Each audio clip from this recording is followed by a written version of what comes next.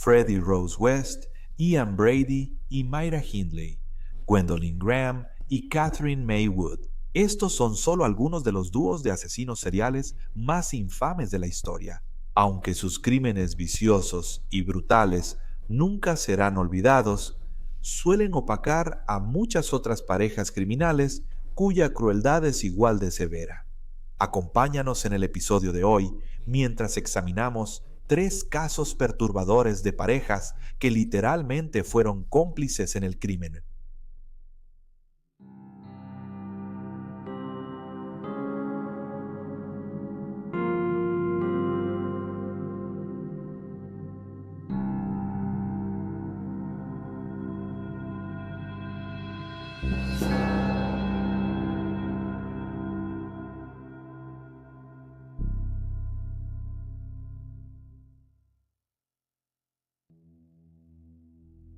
Alvin y Judith Neely.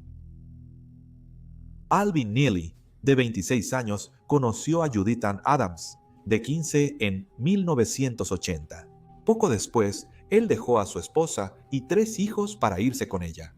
Judith fue descrita en su juventud como una niña problemática de una familia numerosa en Tennessee. Perdió a su padre alcohólico a los 9 años tras un accidente de motocicleta. Y cuando conoció a Alvin en su adolescencia, emprendió una vida delictiva junto a él. Lo que comenzó como pequeños robos se convirtió en robo a mano armada, que luego escaló a asesinato. La primera víctima de la pareja fue Lisa Ann Millican, una niña de 13 años que desapareció el 25 de septiembre de 1982. Lisa, que vivía en un hogar infantil, visitaba la sala de juegos del centro comercial Riverbend en Roma, Georgia, con otros residentes, cuando fue atraída lejos del grupo por los Neely y llevada a un motel en Scottsboro, Alabama. Los siguientes días fueron los más horribles de la corta vida de Lisa. Fue violada varias veces por ambos Neely durante 3 días, hasta que fue llevada al cañón Little River en Fort Payne, Alabama, por Judith y esposada a un árbol. Judith luego le inyectó a Lisa 6 veces diferentes con blanqueador y limpiador de drenaje. Los sitios de inyección fueron a ambos lados de su cuello, ambos brazos y ambos glúteos. Lisa sufrió un dolor insoportable, pero no murió hasta que Judith le apuntó con un arma y apretó el gatillo antes de empujar el cuerpo de la niña de 13 años al cañón.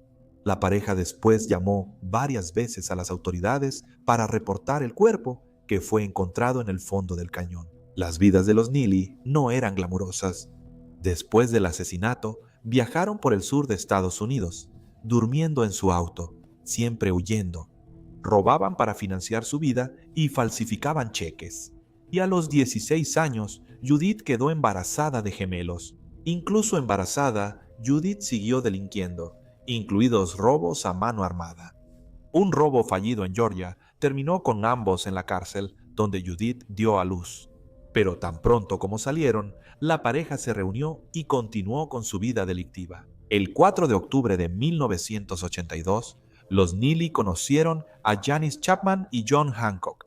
Atrajeron a la pareja prometiendo una fiesta emocionante. En realidad, Judith los llevó al bosque, donde Alvin le disparó a John y lo dejó morir. Después, obligaron a Janice a subir al vehículo y la llevaron al motel, donde la torturaron antes de asesinarla. Los Neely no pudieron tomar más víctimas después de esto porque arruinaron el crimen anterior. Ni Judith ni Alvin se molestaron en verificar si John Hancock realmente estaba muerto después de que le dispararon. El joven sobrevivió a sus heridas y no solo pudo pedir ayuda, sino que también pudo ayudar en la identificación de los agresores. El detective principal del caso siguió a los Neely durante varias semanas, antes de arrestarlos en Tennessee para evitar la pena de muerte. Alvin se declaró culpable de asesinato y asalto agravado en Georgia, pero no fue juzgado por el asesinato de Lisa Millican.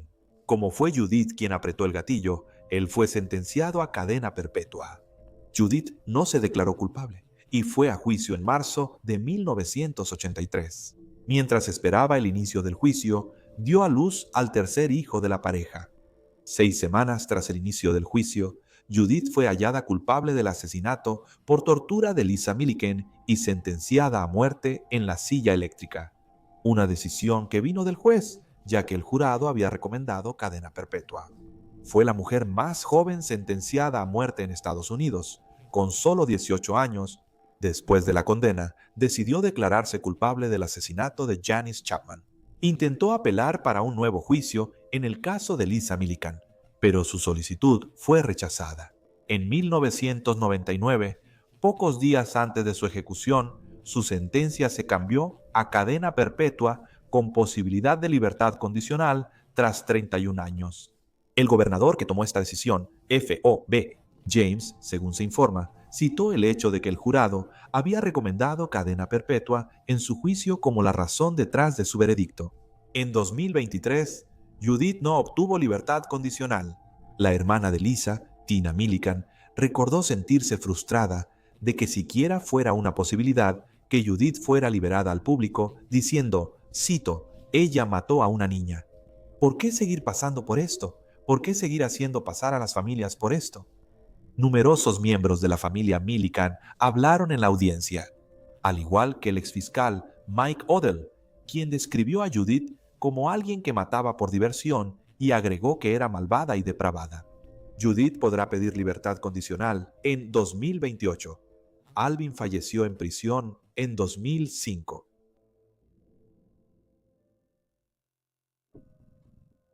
Alton Coleman y Deborah Brown. Deborah Brown, de 21 años, conoció a Alton Coleman, de 28, en 1983. No se sabe dónde se conocieron, pero Brown pronto cayó bajo el encanto de Coleman y rompió su compromiso para estar con él. Descrita como una mujer no violenta, con discapacidad intelectual leve, Brown era todo lo contrario a Coleman, un desertor de la secundaria que vivía con su abuela y había estado entrando y saliendo de problemas con la ley desde principios de los años 70. Había sido acusado 6 veces de delitos sexuales en la última década, de las cuales 2 fueron desestimadas. Fue absuelto de 2 cargos y se declaró culpable de un delito menor. Debía ser juzgado en Illinois tras la violación de una joven de 14 años, pero huyó del estado, y en su lugar comenzó una ola de asesinatos junto a su nueva novia, Brown. El primer asesinato de la pareja fue el 29 de mayo de 1984 tras hacerse amigos de Juanita Witt para acercarse a su hija de 9 años, Vanita. La niña fue llevada de Kenosha, Wisconsin, a la ciudad de Waukegan, Illinois, a 20 millas de distancia, donde fue violada y estrangulada hasta la muerte. Su cuerpo fue encontrado el 19 de junio en un edificio abandonado, a solo 4 cuadras de donde Coleman vivía con su abuela. 2 días tras la muerte de Vanita Witt, se hicieron amigos de Roberto. Carpintero pasó la noche en su casa y les pidió el auto para hacer mandados al día siguiente. La pareja no regresó y el hombre perdió su vehículo. Brown y Coleman se fueron a Indiana, donde terminaron en la ciudad de Gary. Para ese momento, el FBI ya sabía que Coleman estaba huyendo y comenzaron la persecución de la pareja. Sin saber que el cuerpo de Vanita Witt yacía abandonado en Waukegan, en Gary, el 18 de junio, la pareja vio a 2 niñas caminando cerca de su casa y las secuestraron de la calle. Posteriormente, ambas fueron golpeadas y violadas, pero Annie Turks, de 9 años, logró sobrevivir ya que la dejaron abandonada después de ser estrangulada hasta quedar inconsciente. Su sobrina Tamika Turks, de 7 años, fue estrangulada y hallada muerta al día siguiente, parcialmente descompuesta. Ese mismo día, Donna Williams, de 25 años, desapareció en Gary. Como las demás víctimas, fue violada y estrangulada. Su cuerpo fue hallado semanas después, el 11 de julio, en Detroit, Michigan, a solo media milla de su vehículo al desaparecer. El 2 de julio, Coleman atacó a una pareja de Detroit en su casa con una tubería. El señor y la señora Palmer Jones, de Dearborn Heights, sufrieron heridas graves y Coleman desconectó su teléfono para impedir que pidieran ayuda. Luego la pareja les robó el dinero y escapó en su auto. Luego, la pareja se mudó a Toledo, Ohio, donde 5 días después asesinaron a Virginia Temple, una mujer con la que se habían hecho amigos. Según los informes, Virginia, madre de varios hijos, no había sido vista en días cuando la policía fue a buscarla. Adentro, encontraron a la mayoría de los niños asustados pero ilesos. Sin embargo, al revisar el espacio de acceso debajo de la casa, las autoridades descubrieron los cuerpos de Virginia y su hija mayor, Rachel, de 9 años. Ambas habían sido estranguladas hasta la muerte y metidas adentro. Ese día, Brown y Coleman entraron en la casa de otra pareja, Frank y Dorothy Duvendak, residentes de Toledo. Brown y Coleman ataron a los Duvendak con cables eléctricos para robarles dinero, objetos de valor y su vehículo. Tras los asesinatos de Virginia y Rachel Temple, la pareja huyó a Dayton y visitó al reverendo Millard. Gay y su esposa, Catherine, Coleman y Brown, se quedaron con los Gay por un corto tiempo y los acompañaron a un servicio religioso el 9 de julio.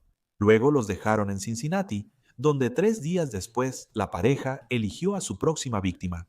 Tony Story, de 15 años, desapareció el 12 de julio de su vecindario de Over the Rhine. 8 días después, encontraron sus restos, supuestamente con una joya que había sido robada a los residentes del templo. El 19 de julio, los asesinos fueron en bicicleta a Norwood, donde atacaron a otra pareja, Harry y Marlene Walters. Harry fue golpeado hasta quedar inconsciente y Marlene fue violada y asesinada a golpes. Un informe posterior del forense señaló que el ataque a Marlene fue brutal. Recibió entre 20 y 25 golpes con un objeto contundente. La pareja robó el auto de los Walters tras el asalto y asesinato y huyó. Brown y Coleman luego fueron a Kentucky, donde secuestraron a un profesor universitario y lo metieron en la cajuela tras exigirle su cartera. El profesor contó a la policía, tras hallarlo en la cajuela del auto abandonado, que la pareja lo forzó a llamar a su esposa y decirle que tenía una gran deuda de juego. Todo el dinero de su cuenta debía llevarse a una cabina telefónica en Richmond, pero la pareja ni siquiera fue por él, y se desconoce por qué. Brown y Coleman dejaron el auto en Dayton el 17 de julio y volvieron a la casa de los Gays para robar su auto. Su última víctima fue Eugene Scott, de 75 años, quien fue asesinado en Indianápolis. La pareja robó el vehículo antes de ir a Evanston, Illinois. Coleman y Brown ya eran criminales buscados. Incluso llegaron a la lista de los 10 más buscados del FBI, aunque técnicamente eran el número 11 en la lista. Como sus rostros y descripciones estaban en todos lados, los testigos los identificaron fácilmente. La pareja fue arrestada el 20 de julio en Evanston. Fueron declarados culpables de violar y asesinar a Tony Story y Marlene Walters en Ohio, y sentenciados a muerte. Según los informes, Coleman respondió a esto con «Ya estoy muerto». La pareja recibió 20 años cada uno por secuestrar al profesor y llevarlo a través de fronteras estatales. Coleman fue ejecutado por inyección letal el 26 de abril de 2002. Por un tiempo, Brown fue la última mujer en el corredor de la muerte en Indiana. Un fiscal del condado de Lake y la oficina del fiscal general de Indiana retiraron la solicitud de ejecución en 2018 tras la apelación de sus abogados por problemas de salud mental. Su sentencia de muerte en Ohio fue conmutada a cadena perpetua en 1991 por su bajo coeficiente intelectual y falta de antecedentes penales. Antes de conocer a Coleman y lo que se describe como una dinámica de amo y esclava que tenía con él, la cual se dice que influyó en sus acciones. Es probable que Brown nunca vuelva a ver la luz del día, ya que está cumpliendo una condena de 140 años en prisión en Indiana, además de su cadena perpetua en Ohio. Actualmente está encarcelada en la institución correccional de Dayton, en Dayton, Ohio.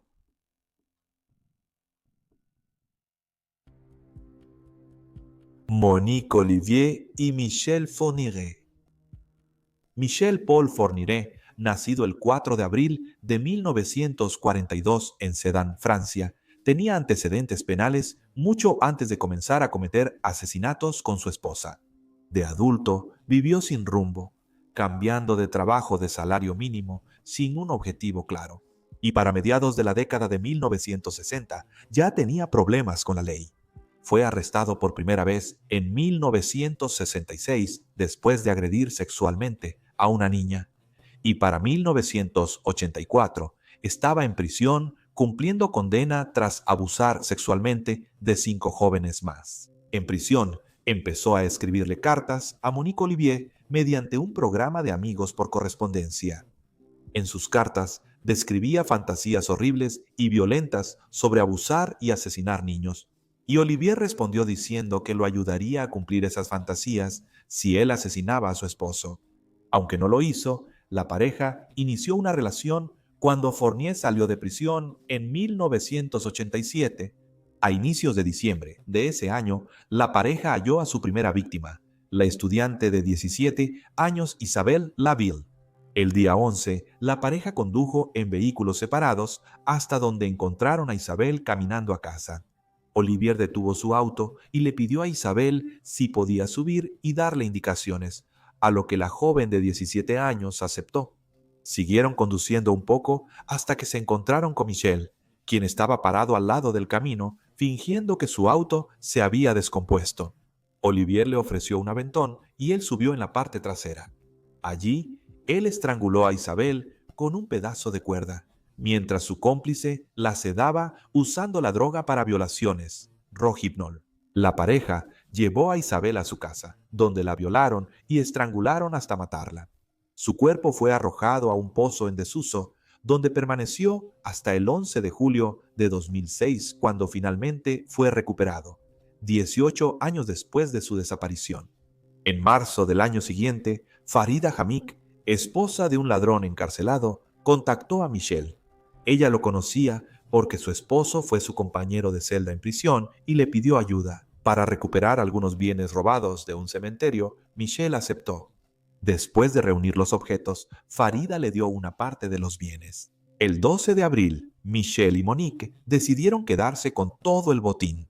Llevaron a Farida afuera, la estrangularon, la enterraron y luego volvieron a su casa por los objetos. Con el dinero obtenido después, compraron un castillo en Donchery, norte de Francia.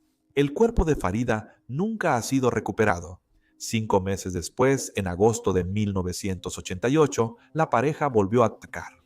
Monique, embarazada del bebé de Michel, le pidió a una joven de 20 años que subiera al auto para guiarlos al médico más cercano. Monique fingió estar enferma y la mujer, Fabienne Leroy, aceptó. Sin embargo, Michel condujo hacia un bosque cercano, donde Fabienne fue violada y asesinada de un disparo. En marzo de 1989, Jean-Marie de Rimont, de 21 años, se convirtió en la siguiente víctima después de conocer a Michel varias veces en el tren, comenzando en enero. Él y Monique la invitaron a comer a su casa, pero ahí las cosas cambiaron inesperadamente. Cuando Michel preguntó a Jean-Marie si era virgen, ella respondió que no y que tenía novio. Por lo que se sabe, esto enfureció mucho a Michel y él comenzó a atacarla e intentó violarla. Jean-Marie se defendió y casi logró escapar, pero la pareja la atrapó, la amordazó usando vendas y la estranguló hasta matarla. Enterraron el cuerpo en el jardín del castillo. En diciembre de 1989, 6 meses, tras casarse y con un hijo de un año atrás, la pareja buscó otra víctima. Finalmente, eligieron a una niña de 12 años llamada Elisabeth Bruquet, quien caminaba a casa desde la casa de una amiga en la ciudad de Namur, Bélgica. Elisabeth fue estrangulada hasta morir tras el fallido intento de Michel de asfixiarla con una bolsa, y su cuerpo fue enterrado en el jardín del castillo junto al de Jean-Marie. En 2004 hallaron los restos de ambas niñas tras la confesión de la pareja. El último asesinato cometido por la pareja fue el 21 de noviembre de 1990, cuando encontraron a Natacha Dinaz, de 13 años, que iba a su casa. Como siempre lo hacían, la pareja la trajo a su auto y la llevó a un lugar apartado, donde la apuñalaron 2 veces en el pecho con un desarmador y la estrangularon. Su cuerpo fue dejado en la playa cercana, y un examen posterior realizado por el forense reveló que Natacha había sido violada después de muerta. Entre 2000 y 2001, Michel cometió 2 asesinatos más sin su esposa. La primera fue Céline Sassen, de 18 años, violada y estrangulada con una cuerda. La segunda, una niña de 13 años, Mananya Tompong, invitada a jugar con su hijo. Sin embargo, en lugar de llevarla a su casa para ver al niño, Michel la llevó a un lugar apartado donde la estranguló hasta matarla. También intentó secuestrar a una niña de 13 años en 2003, pero falló. Cabe destacar que fue investigado en ese momento como posible autor, pero las autoridades no pudieron vincularlo con el crimen. Pasó un año antes de que Monique le dijera a la policía que su esposo mataba desde 1987. Al ser interrogado, Michel confesó haber matado a 8 mujeres, niñas y a un hombre aún no identificado. Michel y su esposa fueron extraditados a Francia desde Bélgica y condenados por 7 asesinatos. Tras su condena, le dieron cadena perpetua sin libertad condicional. Monique recibió cadena perpetua, pero podría obtenerla tras 28 años. En los últimos años, Michel ha confesado 3 asesinatos más, todos de mujeres y niñas, de entre 9 y 20 años. Michael Fournier murió en 2021 a los 79 años. Ha sido llamado el ogro de las Ardenas. Mientras tanto, en 2023, Monique Olivier fue juzgada por su participación en los últimos 3 asesinatos que confesó su esposo y fue declarada culpable y sentenciada a cadena perpetua. Al preguntarle sobre Olivier, el padre de una víctima dijo: «Solo su presencia habría ganado la confianza de todas las víctimas. ¿Quién habría creído que una mujer podría haber sido parte de un acto tan atroz y depravado?». En su sentencia, Olivier dijo: «Lamento todo lo que hice y pido perdón a las familias de las víctimas, aunque sé que es imperdonable». Sin embargo, el presidente del tribunal declaró que Olivier, cito, no tenía empatía por sus víctimas, a quienes deshumanizó. Y ahí tienen los hechos. Por favor, dejen un comentario aquí abajo con sus propias opiniones y reacciones. Y recuerden darle like a este video y suscribirse para apoyar al canal. Gracias por ver.